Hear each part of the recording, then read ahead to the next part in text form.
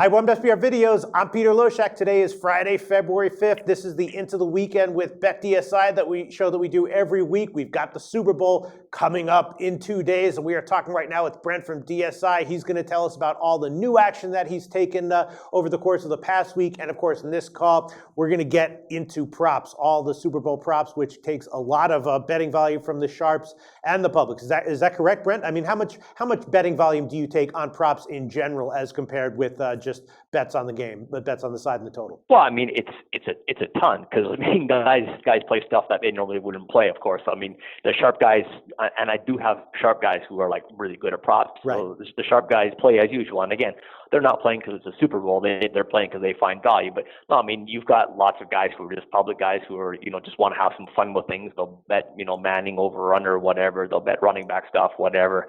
Coin toss, even stuff like that. I mean, stuff that's a 50-50 proposition, really, they'll bet on that, anyway as well. So we just get a ton of action. I mean, the MVP kind of stuff, you'll get a ton of action on that. All the alternates as well is good action. So, I mean, people who normally wouldn't play that kind of stuff play it because it's fun. We'll get to the specific props in a second, but would you say that the overall volume in that you take on props is equal to the overall volume that you take on the side?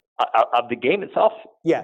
I mean, it's huge, the amount of volume we're taking on the side. So, like, we're talking 7 figures. So the props won't match that. Okay, well, let's talk about the notable action, if any, that you've taken on the side and or the total over the past week. The side, of course, hasn't moved much. It's 5.5 firm, market wide, although a few books are hanging 6. There was a dip, though, in the total, right? You told us last week that you took sharp action on the under at 45.5, then it went to 45 market wide. Now it's 44.5 market wide, and a bunch of places are hanging 44. That has to be an indication of sharp action on the under at 45. Is that correct? Busted, Peter. You caught me red-handed. Yes. Yeah, I mean, we'll jump into the total first, because I mean the whole game for us, the side and the total, it's really setting up nicely, because it's so consistent in that even the new action that I get is consistent with the other sharp action that I got, and the public action is still the same way. So my count on the over is about 2-1 still. I think we were like closer to 3-1 before. But I at the time we had our first call, we did take sharp money under the 45.5. We had gone to 45. The public bet it back up, so we were 45.5. We took under 45.5 again, so we're sitting at 45 because of the double play on the sharp action. Then during the week, another sharp came in. This is a different guy who came in the under 45. Wow. Also bet the first half under 23 minus 115. So boom, we had another sharp there, dropping us down to 44.5, despite the fact that we had more public action on the over. Our money was actually on the under, because the sharps take heavier hits. So we jumped from 45 there down to 44.5. The first half we dropped to 22.5. And now we took another sharp action. So now I've got 3 different sharps. The last guy came in under 44.5. That's why right now we're in-house. We're sitting at 44. So the first hit was 45.5, one guy. Then we came under 45 on the game, and first half under 23 minus 15 from a different guy. And now a third sharp who's on the list is under the 44, Peter. So that's really strong in terms of the indication of how the sharps feel about this game. It doesn't guarantee anything, and the public is still going over, but it's a real strong sign. Right. I mean, are these sharps just kind of having fun with the Super Bowl, or is this real value? I mean, it feels like you're getting a lot of sharp actions. You usually see this much activity from sharp accounts on the side and total in the Super Bowl? Peter, your pockets may be deep enough that you can throw away fun bets on the Super Bowl, but these sharp guys, they're firing max wager amounts on these things. So it's not like they're playing around. These guys are professionals, of course. So right. These unders it's just a really strong opinion they have. So is this normal, or is this normal amount of sharp betting volume that you're seeing, or is this higher than normal than what you're used to seeing in previous years from the sharps? Yeah, this is definitely higher than normal. And again, we talked initially in terms of the opening number. It kind of was a feeling in-house that the right number was 44.5 to open, but we also had the feeling that based on, the fans were going to love Carolina. Yeah. Carolina, as we touched on last week, had been putting up a ton of points. I mean, 49 against Arizona, 31 against Seattle, you go on and on. They've been putting up a lot of points. So the general feeling was that if people like Carolina, they were going to like the over as well. And 44.5, it just seemed too low. So we did open the 45. It got bet up over by the public. It got bet under by the sharps. So we kind of felt that the 44 was the right number, and the sharps have even got 44.5 was the right number, and they've still gone under the 44.5. All right, so market wide in aggregate, we haven't seen any movement on the side, but we know that the money was pouring in the first week on Carolina. Has that continued into the second week? And did you get any further sharp action coming in on Denver? Same as the total. Everything's been consistent in that it's still playing out the way we talked about last week, in that the public still is betting Carolina. My count, I think it was, there were points where it was almost like 4-1 in favor of Carolina, but it's still 3-1 in terms of the actual number of wagers I've taken. Now I have more money on Denver, and we talked about, the first hits on Denver came like plus 4.5 or 4.5 minus 10. They were on plus 4 even money. The line was creeping up, and people were asking me, like, if the sharps, they liked it at 4 even money or 4.5. They must love it at 5.5. So why aren't they back in? And one of the sharps who did come in earlier on the plus 4 even money and plus 4 minus 0.5 is on Denver plus the 5.5 minus 0.5. So just another hit on that one. And I have another sharp we talked about previously that I did have a sharp on Denver plus 3 even money. But again, the public kept betting Carolina in the first half, so that kept on getting driven up. Another sharp came in on Denver in the first half as well, plus 3, plus 115. So I've got guys, a couple of guys on the side on Denver still, and one of the guys who came in previously is back in plus 5.5 minus 0.5. And now I've got two different sharps who are on the first half Denver.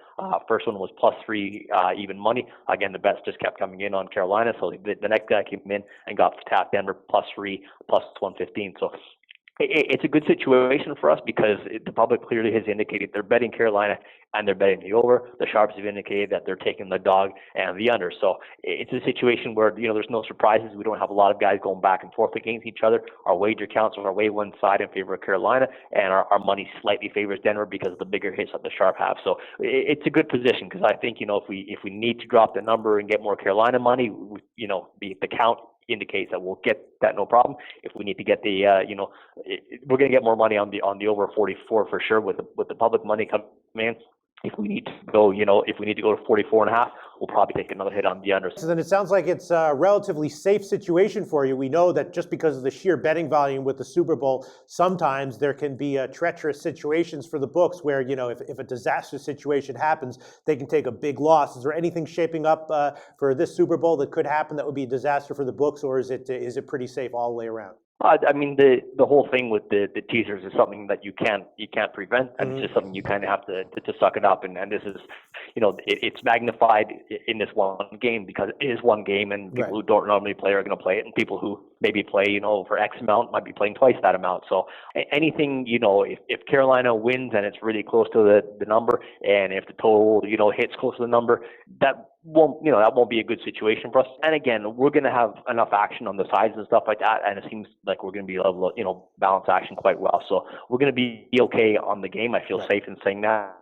Like I said, the only thing we'll say, that really sucked was, would be the fact if all 4 teasers, came in. All right, so let's move on to props. We know that lots of sharps see big value with Super Bowl props, and I'm assuming that if the sharps in general are like in the under and like in Denver, that their prop action is following the same pattern, that they're betting, unders with Carolina offensive props, whether they're offensive team props or offensive player props, maybe betting overs with Denver defensive props, again, team or individual defensive props. What can you tell us about notable sharp action that you've taken on props, Brent? It's interesting. I know you can recognize this quite easily, but maybe just the guys sitting on the sidelines watching the game don't appreciate that. There are guys who are really good at props, and they're good all season long.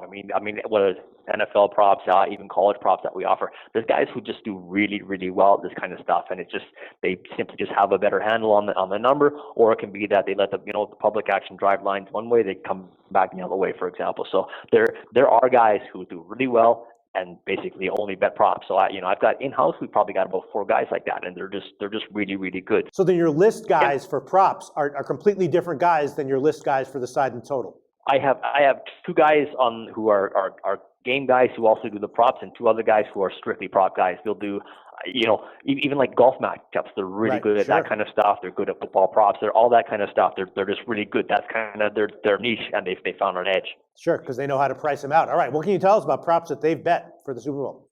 Game props specifically, I have stuff like the combined sacks by both teams under 5.5 -140 was a sharp play.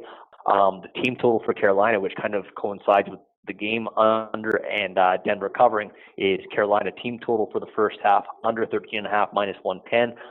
Came back in under 13.5 -115. We're getting public money on the over there. One here, will there be a fourth down conversion made? The yes -170 was played by sharps. So it's kind of a fun one. The longest score of the game, will it be a touchdown or a field goal? Sharps took the touchdown plus 110 as the longest score of the game.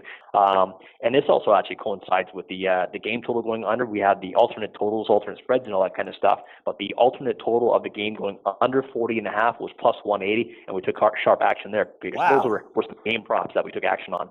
Wow, so they're really expecting a low-scoring game. The sharps who are betting the total and the sharps who are betting props related to it are both liking the unders and seeing a low-scoring game. So have they bet like Cam Newton under passing yards and stuff like that? What about player props? Player props, yeah, you're dead on. Actually, I've got if you want to touch on Newton, yeah, I've got Newton's completions under 19 -115. That's sharp. Wow. Greg Olsen receiving yards under 69.5 -15. That was sharp as well.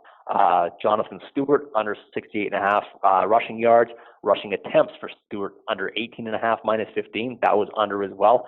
I did get Stewart his receiving yards over 18.5 plus 115 with a sharp play. And interesting enough, Tolbert, I got his receiving yards over 8.5 plus 15 was sharp, and over 9.5 rushing yards was sharp as well. That was even money on the over there for him. With respect to Denver, really the only thing I've got is a couple of consistent plays on Peyton Manning.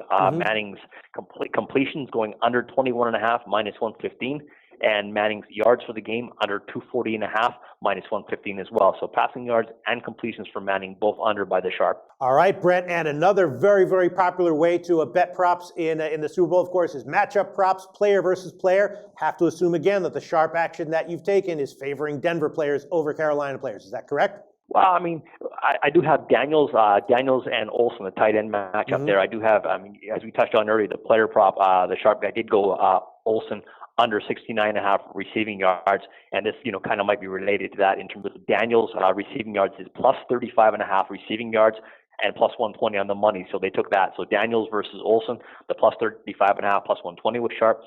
I also have Funchess. Funchess is actually getting some sharp action in a few of his props. He's matched up against Thomas and Funchess in terms of receiving yards, plus 40.5, plus 135. That was sharp. And probably of all the stuff I have in terms of the sharpest play I have is Stewart versus Anderson, the rushing yards matchup, because I have two different guys betting the same way. They bet Stewart minus 4.5, minus 115. And Stewart minus 4.5, minus 25. Again, that's rushing yards. So Stewart over Anderson. And again, it's not that often that you get a couple of guys betting the same thing in terms of a matchup like that. But yeah, so Stewart minus 4.5, minus 15, and 4.5 minus a quarter over Anderson rushing yards. That's probably the strongest play from what I've taken so far. Brent from BetDSI, thanks so much. Awesome information. Now let me just ask you about public action on props. Are there any particular props or kinds of props that the public has been attracted to? Are they betting like the overs with Peyton Manning touchdowns or something like that? What's the public been betting? But just as a general rule, the public likes to bet like the alternative totals and alternative spreads and stuff like that. And generally, it's just like anywhere the plus money is, that's what they're taking. So, I mean, if you take a look at like Carolina minus 20.5 plus 500, they're all betting, the minus, of course. Carolina minus 14.5 plus 285, they're all over that. Carolina minus 10.5 plus 180, they're all over that. So all that kind of stuff where they're getting plus money, they'll bet that. Also, the totals like over 50.5 right now, we're at plus 185, so they'll bet the over, that kind of stuff. So just where the plus money is coming back is usually where they'll bet. And the margin of victory, we get a lot of that kind of action. I had like Carolina to win by like 1 to 6 points, so I've got a lot of action on them there. We're down to plus 275 there.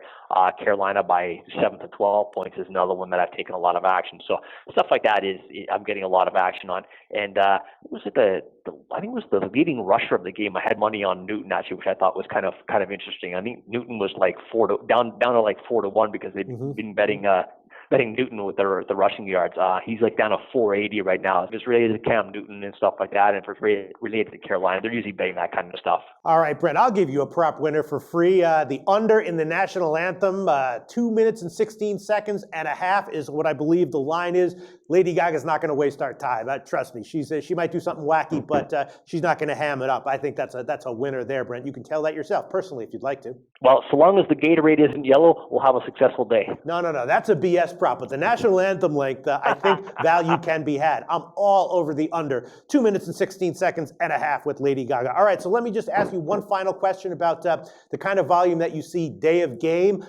What happens when, does volume just start pouring in on Super Bowl Sunday? And do you get like as much action on that day as you take over the 2 weeks leading up to the game? What's the action like day of game?